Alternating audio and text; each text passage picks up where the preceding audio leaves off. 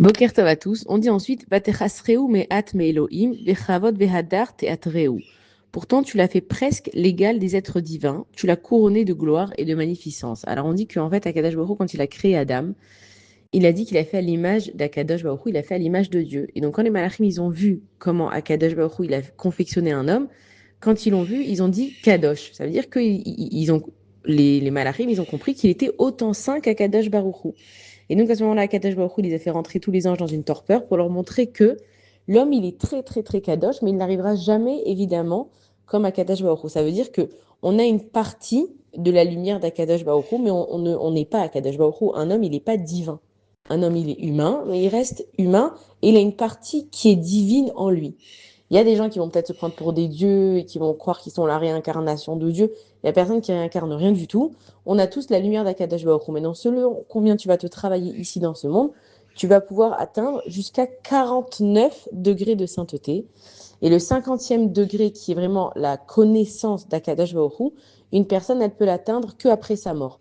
C'est-à-dire que tant que tu es vivant, tu peux te travailler dessus pour monter de degrés, pour monter de madriga, jusqu'à arriver à la 49e. On dit que même Moshe Rabbeinu, et quand on prend le nom de Moshe et qu'on inverse les lettres, ça fait le mot Hachem.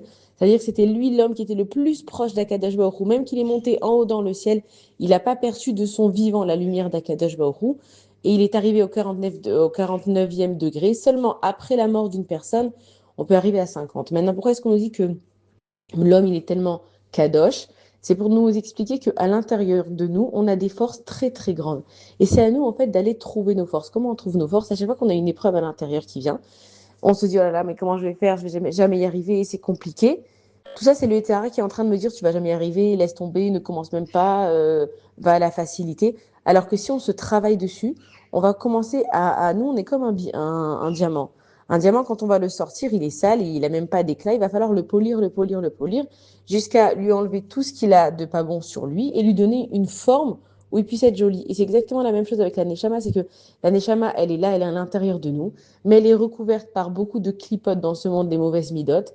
Et à chaque fois qu'on se travaille dessus, on fait éclairer un petit peu plus et plus et plus notre Neshama, jusqu'à arriver, si on arrive, au degré du 49e, et après la mort au 50e, et vraiment pour nous expliquer qu'à l'intérieur de nous, on a des forces énormes qu'on sous-estime, et c'est pour ça qu'on arrive très vite, les personnes qui arrivent très vite au désespoir, ou qui se découragent très vite, qui arrivent très vite au Yehush, comme il dit Rabbi Nachman, En Shum Yehush Baolam Klal, c'est qu'il ne faut jamais désespérer. Tu peux avoir des descentes, tu peux avoir un lève chavour, un cœur qui est brisé, tu peux avoir tout ça, mais ne désespère jamais parce qu'à l'intérieur de toi, tu as toutes les forces. Bonne journée à tous.